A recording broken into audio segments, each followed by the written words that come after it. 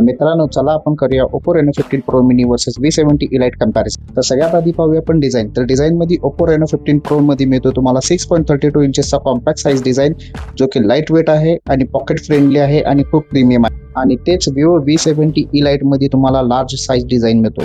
तर आता चला पाहूया कॅमेरा। Reno मध्ये मिळतो तुम्हाला first flagship grade 200 megapixel main camera आणि तेच Vivo मध्ये मिळतो तुम्हाला 50 मेगापिक्सलचा मेन कॅमेरा। मेगापिक्सल म्हणजे फक्त नंबर नाहीये, तर फरक तुम्हाला त्यावेळी कळतो ज्यावेळी तुम्ही क्लिक करून एखाद्या फोटोला पिन झूम करताय। Reno मध्ये तुम्हाला जास्त डिटेलिंग सोबतच नॅचरल स्किन टोन तसंच रिअलिस्टिक बॅकग्राऊंड कलर्स आणि हाय रेझोल्युशनचा फायदा मिळतो। जर तुम्ही Reno मधून पोस्टर साइज प्रिंट काढताय तर तुम्हाला क्वालिटी आणि डिटेलिंग शार्पनेस खूप चांगले भेटेल, बट Vivo मध्ये थोडंसं आर्टिफिशियल वाटेल। Reno येतो best in class 3.5x optical zoom सोबत आणि Vivo येतो 3x ऑप्टिकल झूम सोबत। दिवस असो किंवा रात्र, Renoचा पोर्ट्रेट मोड खूप रिफाइंड आणि DSLR लाईक डेप्थ देतो। लाईट आणि शॅडो खूप चांगल्या पद्धतीने बॅलन्स आहे आणि तेच Vivo मध्ये तुम्ही पाहताय तर लाईट थोडीशी फ्लॅट आहे आणि बॅकग्राऊंडला DSLR डेप्थ थोडंसं कमी आहे।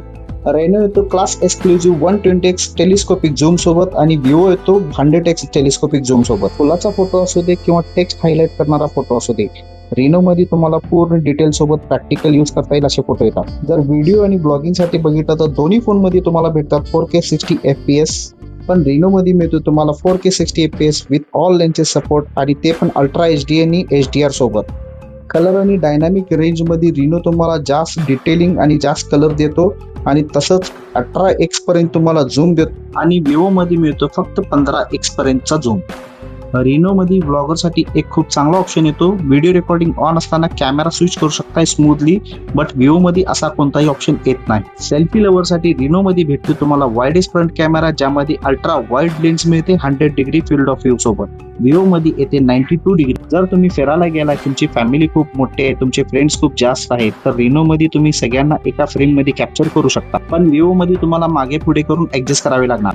परफॉर्मन्स आणि स्टॅबिलिटी मध्ये Oppo मध्ये भेटतो तुम्हाला MediaTek Dimensity 8450 चा प्रोसेसर आणि Vivo मध्ये येतो Qualcomm Snapdragon 8H Gen 3 चा प्रोसेसर। हेवी गेमिंग आणि हेवी मल्टीटास्किंग मध्ये Reno मध्ये तुम्हाला जास्त स्टेबल फील होईल। तर आता चला पाहूया Antutu स्कोर। तर Reno मध्ये तुम्हाला भेटतो 20 लाख प्लसचा Antutu स्कोर आणि तसंच Vivo मध्ये भेटतो तुम्हाला 17 लाख प्लसचा Antutu score. Battery drain test मध्ये Oppoची बॅटरी 8% ड्रॉप झाली, तर Vivoची बॅटरी 11% ड्रॉप झाली। चला तर पाहूया AI चे फीचर। तर Reno मध्ये तुम्हाला मिळतात इंडस्ट्री एक्सक्लुझिव्ह पॉपआउट आणि AI पोर्ट्रेट ग्लो सारखे युजफुल टूल्स आणि Vivo मध्ये फक्त नावासाठी AI चे फीचर दिलेले आहेत। त्याच्यापेक्षा चांगले फोटोज आपण थर्ड पार्टी ऍप मध्ये एडिट करू शकतो। जर ओव्हरऑल पाहिलं तर डिझाईन पासून ते कॅमेरा तसेच AI फीचर तसेच परफॉर्मन्स प्रत्येक